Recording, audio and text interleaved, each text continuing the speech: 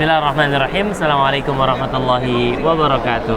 Waalaikumsalam. Alhamdulillah wassalatu wassalamu ala nabiyina Muhammad wa ala alihi wa sahbihi wa man tabi'ahum bi ihsan ila yaumiddin, amma ba'd. Alhamdulillah teman-teman sekalian, Masya Allah udah di hari penutupan ini acara Aksindo, Akasha dan KMPBS, yang mana 3 kelompok ini bersatu dalam berdakwah. Dan Alhamdulillah di samping Bang Rio ini sudah ada salah satu tim dari KMPBS. Beliau juga istilahnya lawyer yang pernah bekerja di salah satu perbankan syariah. Nah, kira-kira bagaimana pengalaman beliau menyelesaikan masalah nasabah ketika di perbankan syariah? Kita sapa terlebih dahulu nih. Assalamualaikum. Waalaikumsalam warahmatullahi. Sehat, Pak? Alhamdulillah. Alhamdulillah. Mungkin bisa kenalan dulu nih sama teman-teman nih. Ya, saya pakai ini nggak ya? Boleh, mau pakai mic. Anggap aja hidup. Bismillahirrahmanirrahim. Assalamualaikum warahmatullahi wabarakatuh. Alhamdulillah. Wassalatu wassalamu ala rasulillah, amma ba'd. Sengaja. Pertama-tama saya memperkenalkan diri. Saya Junaidi Hadi Iksan Sekumbang. Profesi saya lawyer, praktisi hukum dan konsultan syariah. Dalam hal ini saya dipercaya menjadi Sekretaris Jenderal Komunitas Masyarakat Pencinta Bank Syariah KMPBS. Sekjen di KMPBS. Ya, baru diangkat. Sebelumnya di Divisi Hukum. Dan kedua di Asosiasi Koperasi Syariah Indonesia Aksindo, salah satu pengurus di pusat. Yang ketiga Koperasi Syariah, yaitu Akasha, Amanah Kampung Syariah, sebagai pendiri yang baru saja launching. Masya Allah. Jadi konsentrasi hukum saya mungkin sekarang karena sudah sekitar kurang lebih 14 tahun di Bank Syariah, banker Syariah. Jadi saya harus eksis dan fokus di ekonomi syariah. Jadi mungkin saya berbicara sedikit tentang pengalaman sebagai praktisi syariah menangani perkara syariah. Sebenarnya ada semacam edukasi baik bagi bankers dan untuk nasabah.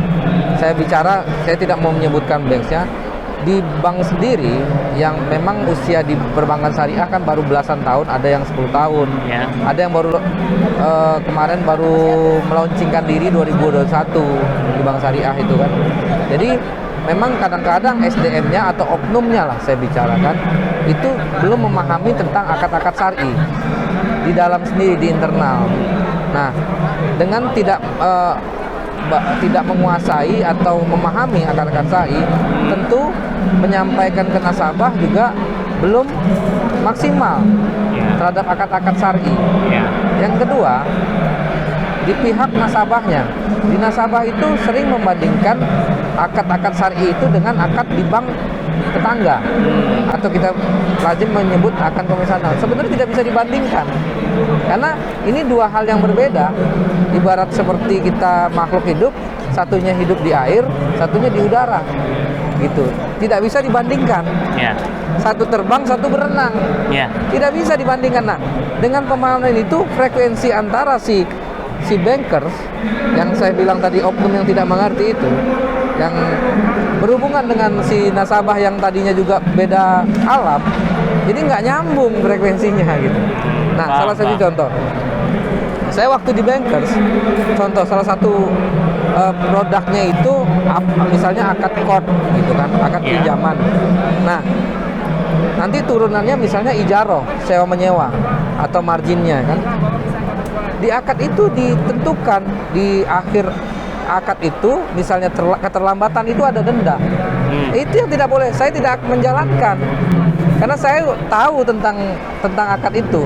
Yang namanya denda. Ya, walaupun kenyataannya saat ini perbankan syariah masih ada kan akad tadi. Denda keterlambatan.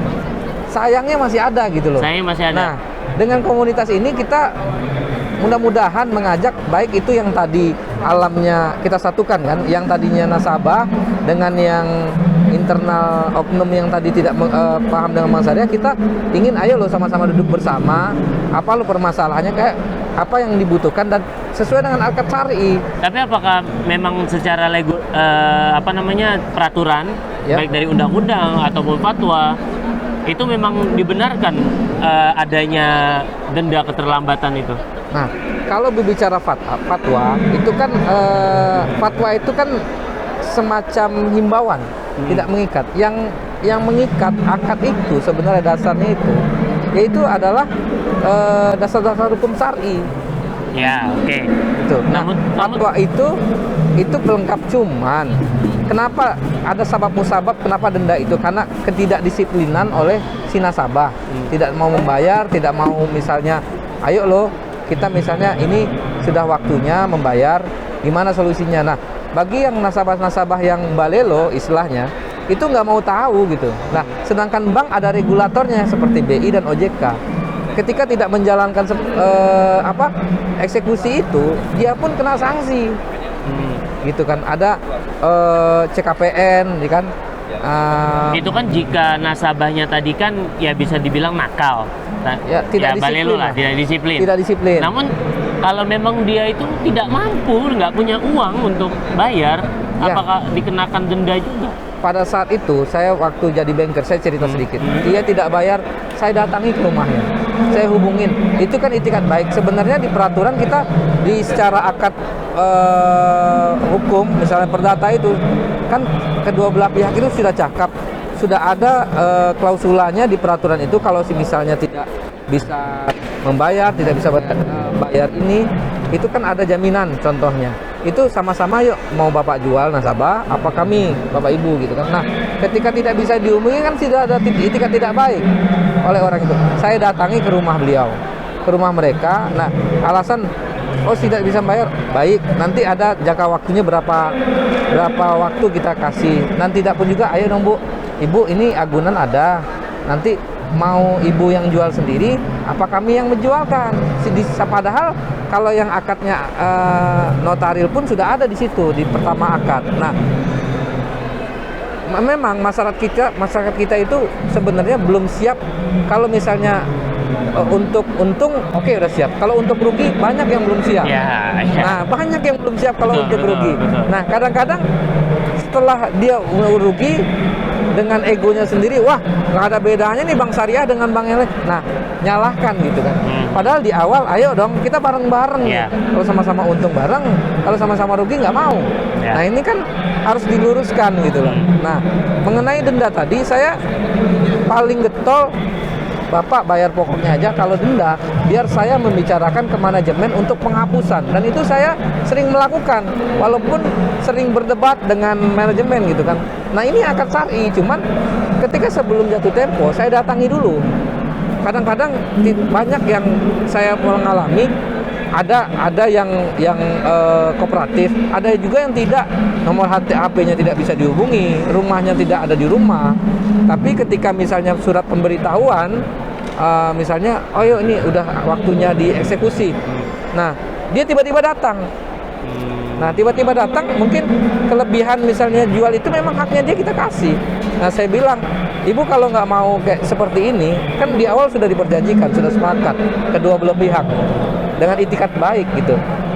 Ketika misalnya tergantung kitanya dulu, misalnya kalau kita sebagai insan yang mau mengerjakan akad syariah, kita dulu harus paham apa itu akad syar'i.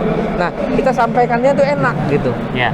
Harus paham dulu akad-akad syar'i, apa resikonya. Nah, setelah kita pahami, baru kita untuk mendakwahkan atau men-share. Jadi harapan antum dari seorang sekjen di KMPBS ataupun memang profesi antum di lawyer untuk masyarakat saat ini mengenai perbankan syariah, apa kira-kira? Ya, kepada Ifafillah, teman-teman yang di luar sana, mari yuk kita berakad syariah bagi yang muslim terutama. Dan ini tidak menutup kemungkinan bagi yang berkeyakinan non-muslim boleh loh berakad syari'i, tidak ada larangan. Nah, untuk yang masyarakat, mari kita berakad syariah. Jika ada terjadi kendala untuk akad syar'i, misalnya komunikasi yang kurang bagus, kita membuka diri untuk konsultasi. Akad-akad syar'i kita free-kan untuk si misalnya calon nasabah ataupun yang ada kendala di akad syar'i. Nah, kedepannya industri perbankan syariah dan akad-akad syariah di koperasi syariah yang lain itu di Indonesia berkembang. Karena apa? Di Indonesia ini kan penduduknya muslim terbanyak di dunia. Harusnya terbanyak juga akad syariah ini. Jadi, berarti kita lihat dari dua sisi ya, baik dari perbankan sendiri ya, dan dari masyarakat. Mereka ini saat ini perlu yang namanya diajarkan atau diedukasi mengenai muamalah syariah atau perbankan syariah ini ya, berarti ya, agar mereka tidak hanya bisa dibilang melapor tanpa paham apa yang dilapor. Betul. Kita juga mengkaji dispute-nya itu dari mana, kita kaji dulu. Oh, ini masalahnya dari mana. Nah, jadi untuk kedepannya, Bismillah, dengan mohon dukungannya kepada masyarakat, ikhwah fillah, agar komunitas ini bisa menjalankan amanah dan untuk akad-akad syar'i gitu. Kita harapkan, yuk bergabung. Nah, yang sebenarnya kita hindarkan dan paling jauhi itu adalah ribanya. Nah, say no to riba. Gitu. Berarti siap dong kalau masyarakat datang, baik masyarakat ataupun dari pegawai perbankan syariah yang ingin berdiskusi mengenai hukum-hukum ataupun akad-akad dalam perbankan syariah, KMPBS siap untuk menerima mereka. Insya Allah siap. Memang tujuan visi misi kami untuk menjembatani itu. Masya Allah. Dan jadi itu masyarakat. Jadi bagi para penonton yang saat ini masih bingung dengan akad-akad yang ada di perbankan syariah, masih ragu dengan perbankan syariah, ataupun masih banyak yang ditanyakan mengenai perbankan syariah, bisa datang nih ke KMPBS, bisa berdiskusi dengan mereka mengenai akad-akad ataupun peraturan-peraturan yang ada di perbankan syariah. Mungkin seperti itu nih Mas Ihsan. Ya, siap. Terima kasih banyak atas waktunya.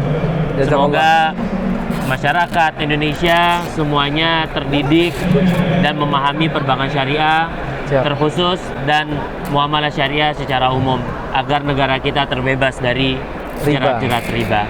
Insyaallah. Allahu Akbar. Allahu Akbar. Kami dari Aksindo, Akasha, dan KMPBS mengucapkan terima kasih kepada para penonton sekalian. Semoga apa yang kami sampaikan di sini bisa bermanfaat dan bisa menjadi saksi kami kelak di Yaumil Qiyamah, bahwasannya ini salah satu cara kami atau jihad kami untuk mendakwahkan muamalah syariah di negara kita tercinta ini, yaitu adalah Indonesia. Kami pamit undur diri, kita tutup dengan doa kafaratul majelis. Subhanakallahumma bihamdik, asyhadu an la ilaha illa anta, astaghfiruka wa atubu ilaik. Assalamualaikum warahmatullahi wabarakatuh. Waalaikumsalam warahmatullahi wabarakatuh. Jazakallah. Terima kasih.